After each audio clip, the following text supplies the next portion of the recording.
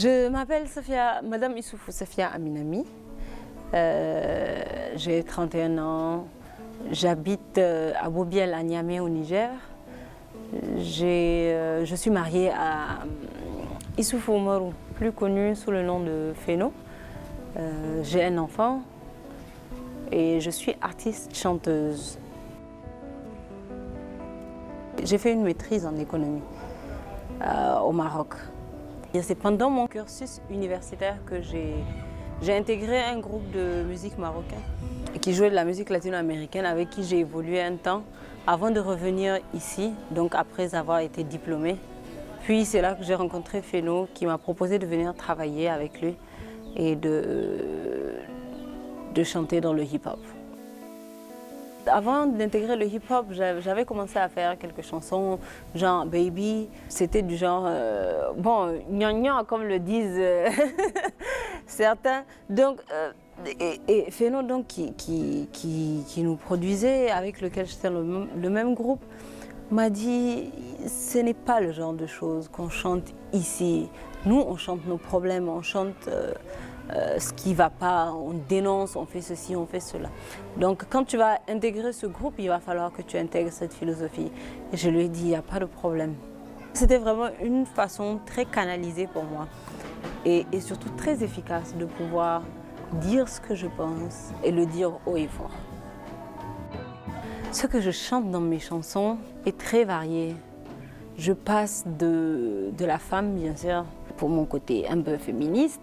J'ai chanté pour les femmes rurales, j'ai chanté pour la fistule, j'ai chanté pour la scolarisation de la jeune fille. Voilà, donc en gros, quand on prend la femme, j'ai plusieurs thèmes au sein même des problèmes que rencontrent les femmes. Te maltraite, il te malmène, il t'emprisonne, il t'empoisonne sans se rendre compte que t'es la même. Pratiquer de la musique est mal vu dans ce pays. Même quand on est un homme, c'est un problème, mais quand on est une femme, c'est 2 fois plus de problèmes. Voilà, on a l'impression que la fille, ça donne à de la débauche et tout ce qui va avec, donc c'est forcément quelque chose de mauvais. J'ai essayé de donner une image plus positive de la femme qui chante et je pense que c'est ça qui a fait que finalement, ça a été plus accepté.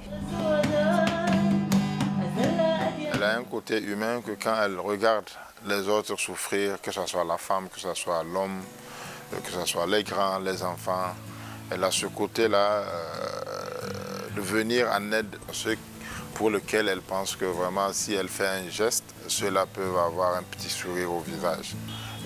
Vu ce qu'elle a vécu et ce que les autres vivent, quand elle les mélange, sûrement que ça donne envie de parler, ça donne envie de dire ce qui ne va pas, de proposer aussi ce qu'elle pense qui peut être bien pour les gens.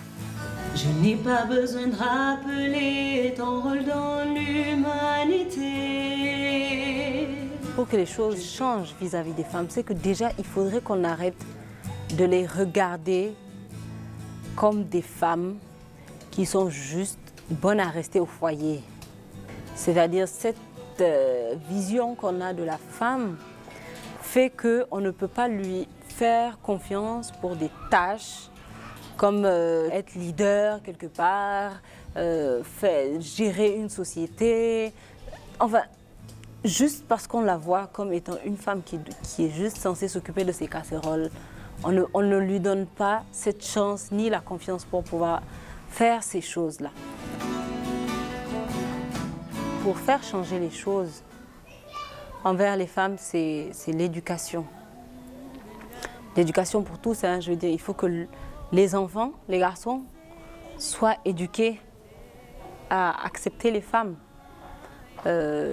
comme des camarades de classe, comme des collègues au travail. Et il faudrait que aussi les femmes soient éduquées à connaître leurs droits et leurs devoirs de telle sorte qu'on ne leur marche pas sur les pieds. J'élève ma voix pour que tu saches que tu as des droits. Le droit d'aller à l'école, de travailler, de t'exprimer.